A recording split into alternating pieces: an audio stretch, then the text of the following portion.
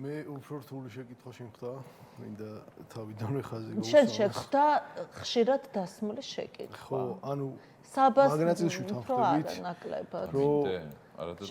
ჩვენთვის მომზადებულმა ძალიან ორიგინალური, გლობალურ დასაწყისზე კითხვა. ანუ მაგაზე ვთანხმდებით, რომ აქედან ახლა შორს გავიხედოთ და იმით, რომ შეგნით შეიძლება ბევრ რაღაცას ვერ ვცვლიდეთ, ამიტომ ხალხი ვამშვიდოთ იმით, რომ იცი რა ჩვენ ახლა შეიძლება შეგნით ბევრ საქმეს ვერ ვაკეთეთ, მაგრამ დავდივართ და საერთაშორისო პარტნიორებს ველაპარაკებით და რაღაცებს ვუხსნით. კი, ესეც საქმეა, მაგრამ ეს არ არის პირველადი საქმე. ანუ როცა პარტიების პირველადი რა არის? სულ მაგას ამბობთ, რომ რაღაცები არ არის მნიშვნელოვანი და რა არის? ესე წარმოიდგინე, ხა ვიღაც რო უთრავ დღეში 100 აზიდვა გააკეთე, ეგ უნივერსალური საქმე არ არსებობს, რომელიც შეიძლება ყველა პარტიამ აკეთოს თავისთვის და თავისი ამორჩევლისთვის. ზოგადად, მაგალითად, ხა პარტიების აკრძალვაზე რო საუბრობ, პარტიების აკრძალვაზე ლაპარაკი დაიწყო, მან თავარი პრობლემა ის კი არ იყო, რომ ხოცები ამაზე ლაპარაკობდნენ, ჩვენ ისაც ვიცოდით, რომ აქეთკენ მიდოდა საქმე. თავარი პრობლემა ის იყო, რომ იმ დღეს და იმ კვირას, როცა ამაზე ლაპარაკი დავიწყეთ, 5 კაცი არ მიმატებია აქციას. ანუ პრობლემა ის კი არ არის, რომ პარტიას გზავნენ, პრობლემა ის არის, რომ პარტიას რო გზავნენ და ამაზე ლაპარაკი რო იწყება, ხალხი ამის გამო ქუჩაში არ გამოდის. 28-ს როცა ვახსენეთ, 28-მდე იყო პარტიული აქციები და აბსოლუტურად კარდინალურად განსხვავებული აქციები იყო და მე ვნახეთ მართლა გაბრაზებული ხალხი როგორ გამოვიდა. არჩევნებზე კი არა, თუმცა იმაზე აინთო, რომ ვიღაცამ ჩვენი საერთაშორისო კურსი ესე ფეხით გათელა და მოგვატყუა და ფეხებზე დაიკიდა რა ჩვენ უთხარით და მათ შორის ჩვენმა თაობამ და ისევ იქ გამოსულმა ადამიანებმა ერთი წელი ამას საყედურნაირებით ტონით ამბობ, არჩევნებზე რო არა ენტო და 28-ზე რო აენთო? არა, ეს მოცემულობა არის, ეხლა ეგ იგივე რომ ხოცებს უსაყვედურო, რატო იქცევით სუდად, ეგ არის მოცემულობა. როცა ვლაპარაკობთ მათ შორის იმაზე, რომ პოლიტიკოსები რაღაცებს კარგად ვერ აკეთებენ, ანუ მოცემულობა არის ის, რომ ამგვარ ქვეყანაში თვითონ მოცემულობა აქ თუ ეხლა გინდა რომ პოლიტიკოსი იყო, ამაზე არ უნდა იწუწუნო, ეს უნდა მიიღო, ამაზე უნდა ილაპარაკო. იმიტომ ხომ არ არის შეიძლება ვერ გააგებინეს პარტიებმა არა, ხო ეხლა მეც არ მჯერა რომ ვერც ერთობა ვერ დაანახეს მანამდე, ვერც მე 7 საათზე ვიზეიმე და 9-ზე უთხარით რომ გაყალბებული იყო და ნუ პრობლემა სავარაუდოდ მაგაშიც იყო. ეხლა თავარ საკითხს დავუბრუნდით, მაინც თავიდანაც იკითხეთ, მაგაზეც მინდა ერთ-ორი წინადადება თქვა სიამლეში, რაც ხდება, ეს თავისთავად ხოცებს არ აზიანებს, ეს ერთპარტიული მმართველობის ლოგიკა არის. ჩვენი ჩარეების გარეშე, ჩვენი ჩართულობის, კრიტიკის, ლაპარაკის და პლუს რაღაცების მოფიქრების გარეშე, ეს იმხელა ზიანს ამ პარტიას არ მოუტანს, რამხელაც ჩვენ გვინდა ყველაზე კარგი ერთპარტიული მმართველობა თუ გვინდა სადმე ვნახოთ, საბჭოთა კავშირში იყო და ღარიბაშვილზე მაგარი ფიგურა იყო, მაგალითად ბერია, რომელიც გაურკვეველ ვითარებაში გააქრეს სერგო ორჯონიკიძე მოპატაკა რო თბილისის თავზე წითელი დროშა ფრიალებსო და რომ არ დაიხვრიტა თავის მოკლა მოუწია და უამრავი ადამიანი იყო დიდი ცვლიდნენ, აი საბამ თქვა რომ როცა კვდება რაღაც უნდა იშვასო, ხო? ანუ აქ არის ამის რესურსი, ანუ ხოცებს აქვთ რესურსი. ანუ ეხლა ვერ ვიტყვი რომ ხარისხი დავარდება, იმიტომ რომ მეტი სადღა მაგრამ ხო მუდმივად ადამიანებს ვერ შეცვლიან რა თქმა უნდა ამოწურვად რესურსია უბრალოდ ეგრე ჩქარაც არ ხდება როტაცია რომ ადამიანები ამოიძირკონ და პლუს ბევრი ბენეფიტი აქვს რაღაცას ეხლა წარმოიდგინეთ ღარიბაშვილი იყო ადამიანი რომელიც მე არ მინახავს მართლა წმინდა ნინოსავით ქუჩაში ხდებოდნენ და მადლობა მართლმადიდებლობისთვის ეუბნებოდნენ და სავარაუდოდ იგივე ადამიანი ეხლა კომენტარებში წესო რა ეგონა აბა ამდენ ფულს უჭამდა აქ სინამდვილეში ხო ამოწყდეს ხო რამდენი ფული ჭამდა აქ სინამდვილეში ადამიანებს და სახეებზე კი რებრენდინგი მთავარი ამათმა გააკეთეს ისეთ განცდას იმიტომ რომ თითქოს ხელისუფლება შეიცვალა ისევ ქოცები არიან უბრალოდ აღარაფერზე პასუხისმგებლობას არ იღებენ და ისეთი სიამაყით მეუნებიან რომ ღარიბაშვილს იცი რა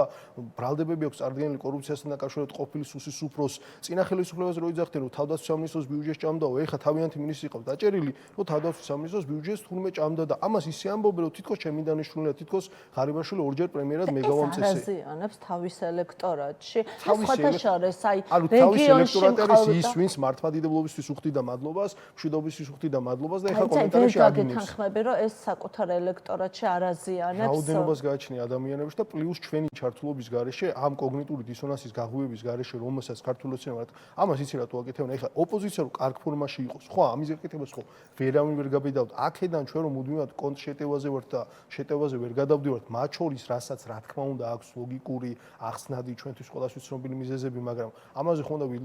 ვილაპარაკოთ ხომ უნდა ვთქვათ კონკრეტულად რა რატო ხდება აქედან გამოსავალი ხარ რა შეიძლება იყოს ყველა კონკრეტული პარტიისთვის არ ვიცი ვიღაცა შეიძლება აკრძალონ და არ ვიცი ხა ზურა ჯაფარიძისთვის და ცოტნე კობერიძისთვის ერთ და იგივე რაღაც ვერ იქნება გამოსავალი ზურა ჯაფარიძეს ეუბნება რომ 7-დან 15 წლამდე შეიძლება ციხეში ჩაქვსო ანუ ყველამ რაღაცნაირად საკუთარი მოცემულობიდან გამომდინარე უნდა ნახოს მაგრამ იყო დრო როდესაც და მე აი აქ რაღაცნაირად მიჭირს ხოლმე დაპატიმრებული ადამიანები გვყავს, მათ შორის ოპოზიციური პარტიის ლიდერები, ამიტომ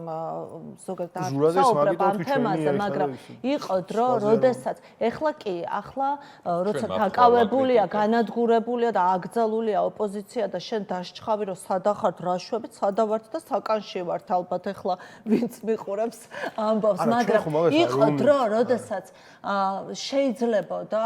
ძალიან სწორი სტრატეგიით წინასაარჩევნო პერიოდს გულისხმობ, რომ ეს შედეგი არ დამდგარიყო და ამისთვის არ იყო საჭირო არც აქციები, არც რაღაც ხალხის მობილიზება, არც რაღაც საოცრებების გაკეთება, ამისთვის საჭირო იყო სწორი პარტიული კონფიგურაცია, რაც სამწუხაროდ ვერ ვნახეთ. ეს ჩემი მოსაზრება მხოლოდ. მე ხო ისეც არაფერს არ ვამბობ, რაზეც შეიძლება ისინი შემეკამათონ, იმიტომ რომ ჩვენთან კამათის საშუალება ფიზიკურად არ აქვს. სურას იმედია მალე იქნება, იმიტომ რომ 19-ში გამოდის. ჩვენ სინამდვილეში რასაც ვამბობთ, ამ შემთხვევაში მე რასაც ვამბობ, ეს ჯერ ერთი მხოლოდ მათდამი მიმართული კრიტიკა არ არის, ამ შემთხვევაში ჩვენს პოლიტიკოსები ვართ და კონკრეტული საქმე გაუკეთებოს როცა ვამბობთ, ჩვენც ვერ გავაკეთეთ ეგ საქმე და რაღაც მაგის გამო პასუხისმგებლობას არ ვიხსნით, უბრალოდ ეხლა აქტიურად მუშაობთ, მათ შორის ერთადაც იმაზე, რომ მინიმუმ რესურსების მობილიზება მოვახერხოთ იმისთვის, რომ რაღაცეები, რაზეც სხვაზე ვამბობთ, რომ ვერ გააკეთა, ის ჩვენ მოვახერხოთ მაგის გაკეთება. ჩვენს თუ არ გამოგვია, ჩვენზე კარგი ადამიანები აღმოჩნდებიან, ჭკვიანები, ალბათ ან რაღაცა უფრო მეტი რესურსით, ვინც ამას გააკეთებს. საბოლოო ჯამში 21 საუკუნეში ეხლა აქ არ მგონია, რომ ისე საზოგადოებაში, რომელსაც ამდენი ხნის განმავლობაში ნახა დამოუკიდებლობა და ისე აქტიურად იბრძოლა თავისუფლების როგორც ამ თაობამ, ეხლა მინიმუმ იბრძოლა, იმიტომ რომ ეხლა ახსოვს წინა თაობებში არ ვაკნიებ, არ მგონია, რომ ივანიშვილს გამოვიდეს ისეთი საზოგადოების აშენება, როგორი საზოგადოების აშენებაც უნდა, რამდენი ადამიანიც არ უნდა შეცვალოს და რამხელა ტყუილიც არ უნდა მოიფიქროს, ეხლა დიპსტეიტზე იქნება თუ მასონებზე და ასე შემდეგ. ეს ყველა ხვდებით, რომ ხალხს სასაცილოდ არ ყოფნის ასე რომ ეხლა მებრძოლების ნაკლებობა ამ ქვეყანაში არ გვაქვს, ჭირდება კონკრეტული ახალი პოლიტიკური გზა, უნდა დაიბადოს ახალი იდეა რა თქმა უნდა არსებობს, მაგრამ კონკრეტულ სიტუაციაზე და კონტექსტზე მორგებული იდეას ვამბობ, რომელსაც ეს ადამიანები გაყვებიან, რაღაც მინიმუმ თავი და ბოლო ბუნდოვნად მაინც უნდა ვაჩვენოთ ადამიანებს, იმიტომ რომ ყველა პოლიტიკური გზა, რომელიც აქამდე იყო ნათქვამი, არ დასრულდა იმ შედეგით, როგორთაც გვინდა რომ დასრულებულიყო. ხო, ნუ მებრძოლები მართლაც სწორად აღნიშნა, ცოტნესთან გადავალ, ახლა ცოტნე ტრიკლორეთილის შემოდგენლობაზე, შენ ეგ გააქვს განაყნოსი ცოდნა? მე მგონი გააქვს, მაგას ვარკვევ სხვათა შორის და